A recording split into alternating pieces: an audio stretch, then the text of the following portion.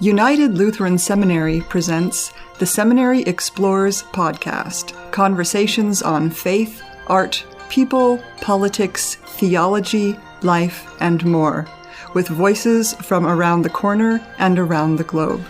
Those of us here in Pennsylvania know very well that there is an abuse scandal in the Roman Catholic Church because the grand jury met here recently and issued a stunning report.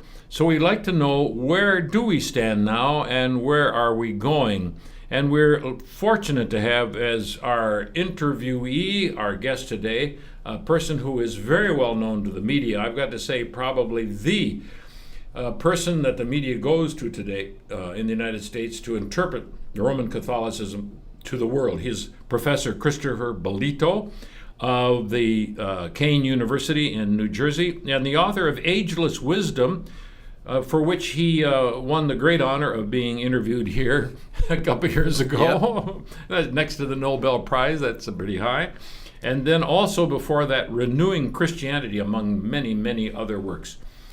Chris, the abuse scandal, let me just ask you, where are we now and where are we going? Okay, so it's a new blast in the media has come out, rightly so, because of the Pennsylvania grand jury report, but a similar study was done and released in Germany in September. Mm-hmm. And there are others that are in the works. Probably we'll get a Pennsylvania grand jury report in the other 49 states. We have yet to hear from hugely Catholic places like the Philippines. And this is all to the good, to get the story out and to recount it. Having these stories come out, however, makes it sound like it is still a problem in the huge proportions and numbers that it had been up until January of 2002, when the Boston Globe broke the story, which was depicted in the movie Spotlight. Right. And so if you look at these reports, of course, they turn your stomach. We're talking about hundreds of priests guilty of thousands of crimes, and bishops and other diocesan officials guilty of covering up those crimes. If you look at them, however, the numbers in the United States at least begin to drop dramatically from the mid-1990s and certainly after 2002. And so the church is doing much better when cases are coming up that are recent cases, that is, someone who is committing these crimes in 2011, 2012, 2018. That in no way mitigates the horror of the crime and the crime of the cover-up as well. But the church is trying to get better at this. Mm-hmm. And so the big event that's going to occur, and this has been caught up with a lot of interchurch politics because there is a small but very significant fringe element in the church that does not like Pope Francis and has been attacking him from the right in open opposition and dissent, enjoying, I would add, an amnesty to speak out, which was never given to anyone under the papacies of John Paul II and Benedict XVI.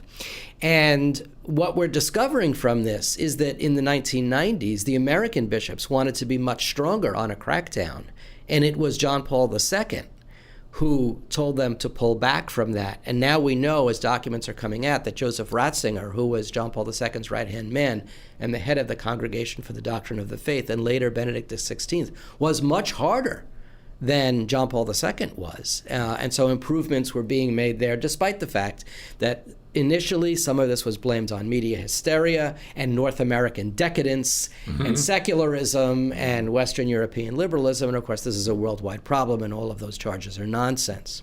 So what Pope Francis is trying to do, and he is not great. He is slow to take action. He was very slow to take action in a scandalous case of abuse in Chile, apologized to the victims in saying, I didn't take this seriously enough. An extraordinary statement.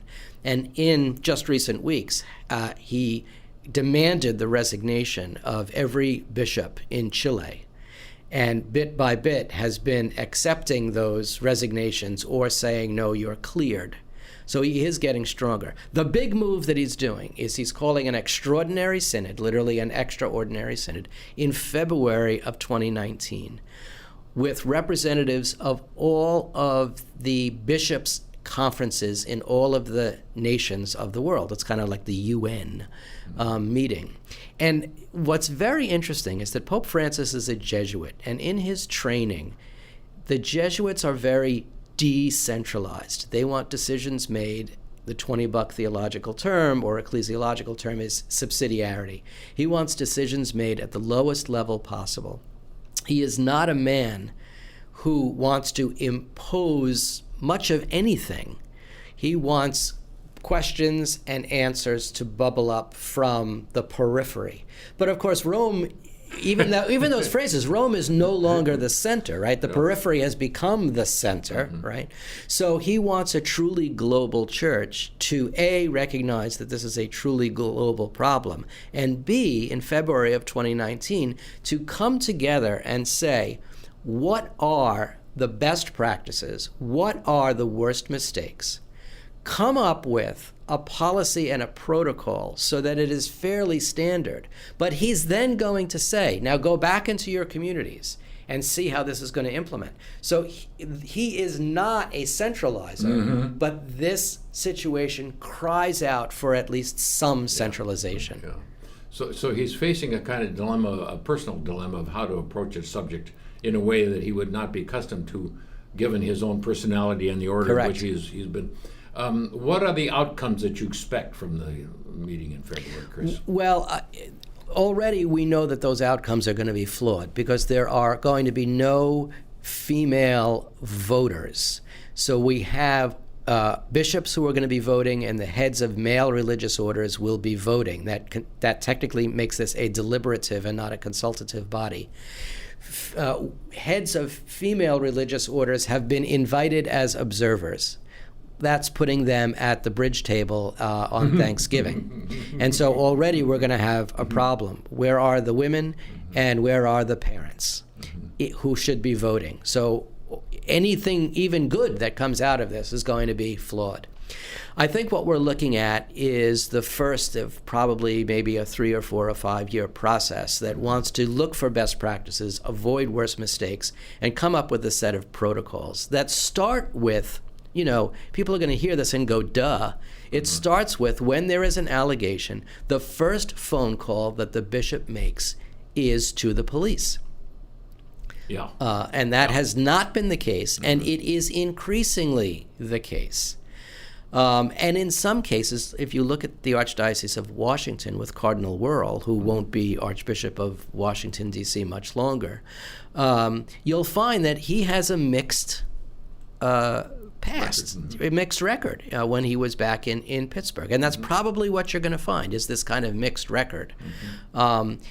But I think that the people who are being appointed bishops, say, since 2010 or 2015, are going to be much stronger on the first phone call is to the police. Here's what I would like to see coming out is a lay-led, deliberative, authoritative, independent investigation board in every diocese in the country. And that that committee is doing more than making recommendations. That I think that the bishop should be bound. Now, this might call for a change in canon law, but so be it. Must be bound by their decisions, because stories are coming out now where you did have lay men and women who were parents who were in the room when bishops were making these decisions, saying, you need to throw this guy out of the priesthood and call the police right now. Yeah. And sometimes bishops said yes, and other times bishops said no. Yeah. We're talking to Christopher Bellitto, a professor of history at Kean University and a leading interpreter of modern Catholicism in the media, also the author of Ageless Wisdom, which we know from his interview here a couple of years ago is a really outstanding and useful, usable book. We're talking about the abuse scandal in the Roman Catholic Church and the upcoming meeting in February in Rome called by the current Pope Francis. We can see some of the difficulties and some of the challenges, so let me, and I want to emphasize, Chris, without embarrassment, that the interviewer here is a Protestant, a Lutheran, and the interviewee is a devout Catholic. I mean, you don't make any bones about the fact that you are that you are a practicing Catholic. I am a practicing Catholic, which I with respect for the church. And I would put myself in the moderate progressive wing of the church. But, church history. I have a colleague who always says it's always fun until the historian shows up. And I think that historians stand in the middle and get hit by both sides, because when somebody says never, we say, well, no. Yeah. Somebody says always, or for the first time, we say, well, no. Yeah. And exactly right. And where's the evidence? That always helps. Right. Although when this story first began in January of 2002, someone for whom I have an enormous amount of respect, the Jesuit church historian, John O'Malley, said that this was the biggest challenge since the Protestant Reformations.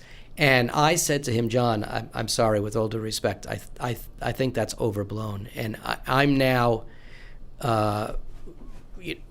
ready to say yes. I think that because this is a challenge ultimately of trust and authority, not of power, right? Not about power. Power has been blown out of this. We see what happens when people exercise power without authority.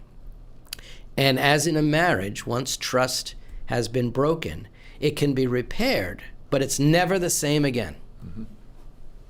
So it leads me to the question, and I'll maybe just lay it out, and then we can unpack it later. The simple, if I may say, Protestant or non-Catholic, non-Christian question: why don't we just have married priests and married women? But and then having asked that question, I can answer it in part by the fact that you said earlier, there is opposition on the other side, which we haven't seen much until Francis, because he is good at welcoming criticism, which his predecessors were not. So we know that anything that you and I might want to recommend is not necessarily going to be a panacea. There are challenges still ahead. Right. And also, I should say that there is one group under tremendous attack, and this is gay priests. Gay priests who are not active.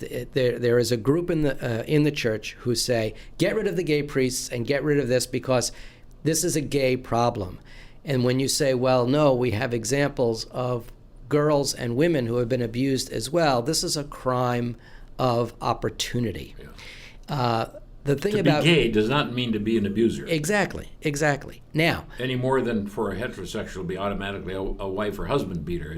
Right. Okay. And the other thing about married priests is that, it's not like there's not data about this. And the data shows that something like 1.5% of Roman Catholic priests are abusers, that is, celibate men. But 10% of married people, whether they are Protestant clergy or Buddhist monks, well, I don't know whether Buddhist monks can get married, but other groups, or plumbers or butchers and bakers and candlesmiths, 10% who are married abuse. So celibacy is clearly not the issue either. But the problem, of course, is everyone wants to press their agenda. So this is not about gay priests, and this is not about a married clergy, though I believe there should be the possibility of a married clergy, but not for this reason. Okay. Right. That already clarifies something that I'm often saying, so I've got to admit that right away. In fact, I did that in an email to you that, well, if we just get married priests, this would go away, and you've got the statistics to at least argue that's not necessarily the case. Correct. And to move on from that, the chances are probably not great anyway when you talk about the enormous opposition, especially in other countries. It may be a popular thing in the United States, but not necessarily in African countries, for example, married priests. Correct. Or the Philippines or somewhere else. Yeah, that's correct. Then Whereas there's a great openness in Latin America. And remember that the Vatican categorizes Latin America as what we call Central and South America. Yeah. Okay. There's a related question that was hot in the media a while back too, and you responded to that on behalf of yourself and interpreters like yourself, and that was a kind of scandal in Rome brought by a former nuncio, not cardinal, hasn't made it. No, his name is, which is part of the problem, Archbishop Vigano, and Archbishop Vigano. For your readers, if you remember, for your listeners, for a few years ago, Archbishop Vigano, who never got a red hat, this is all sour grapes on his part, was the person who engineered the handshake between Kim Davis, the county clerk, who refused to allow two men to get married, to issue a marriage license. I believe it was in Kentucky. Vigano was the person who engineered the handshake between the Pope and Kim Davis. Now, the Pope, I can assure you, does not know who Kim Davis is, and he shook her hand in the same way that the President of the United States or the Prime Minister of New Zealand shakes a gazillion hands. And, of course, that picture was and when Francis found out about it, which happened to be on the plane going back, he was furious, absolutely furious. And so there's a lot of bad blood between Francis and Vigano, but also between Vigano and Benedict XVI, which dates back. So what he has called his testimony, which he put out a month ago, and he put out a second one yesterday, Vigano has done an excellent job in indicting Vigano over the case of Cardinal Theodore McCarrick, came from New York. I knew him in a glancing way from New York, but he became Archbishop of Newark and then Cardinal Archbishop of Washington, D.C., and a rainmaker. This was a huge fundraising guy who, it turns out, was sexually abusing seminarians. Now, in most cases that we know, those seminarians were adults. That does not mean that they were consenting and that there wasn't opportunities for blackmail on either side. Everybody's wrong in this picture. The victims are never wrong, as we know, but there were some victims who came out and said that they felt they had something now against McCarrick. And so Vigano is using the case of McCarrick to say that somehow Benedict XVI had issued sanctions against McCarrick, that he wasn't supposed to appear in public. Meanwhile, we have plenty of pictures and videotape of Vigano and Benedict and McCarrick holding hands, shaking hands and laughing and complimenting each other publicly. So the thing that's disgusting about Vigano is that he's a perfect example of what Pope Francis hates, which is the clericalism, a church that is about itself, a church that is cufflink and limousine Catholicism, and B, he dares to use the sex abuse scandal and the sex abuse victims to score his petty and vengeful political points, and that, quite frankly, the right-wing fringe of the church is using Vigano to get at Francis. You are using sex abuse victims. This is immoral, it is unethical, it is criminal, and it is sinful. There's a delicate balance that many of us in America especially are not in tune with, and if we are, we're not sympathetic with it right away, that you've already alluded to when you said call the police. Because we've forgotten, you and I are historians, and people normally forget that the church and what we call the state or society were at one time much closer than they are now, and the thousands of years of debate between who was to lead whom, right? And the church has always thought it did. So that the martyrdom of Becket is all about this point. That's exactly right. When it comes to talking about solving your own problems, it's just not an internal, we're going to cover up everything that's bad. Right. It was the normal way for a Roman Catholic to go. It was an internal problem. It should be solved internally. Right. Doesn't make it right. I mean, there was a time. No. There was a time when people thought it was and fun. I'm not trying to defend it. I'm just saying. No. But I'm saying, we go with this because I have heard this argument, this normalcy argument. Well, there was a time when people thought burning crosses on an African American's lawn was normal and okay. It doesn't make it right. I mean, what's coming out now, of course, with sexual abuse of women. I'm talking about outside the context of this conversation of clergy. Boys will be boys. Well, no, boys being boys is criminal, and it's not acceptable. So we're coming, I think, closer to a greater degree of respect. I live right next door to an Orthodox Jewish community in Lakewood, New Jersey. And a friend of mine is a rabbi, and he said the exact same problem occurs, that when there is sexual abuse by rabbis of children, that never gets out of that community. That community is supposed to take care of it itself. And there have been some cases in Brooklyn, for instance, over the years where that similar kind of closed system has been opened up and exploded.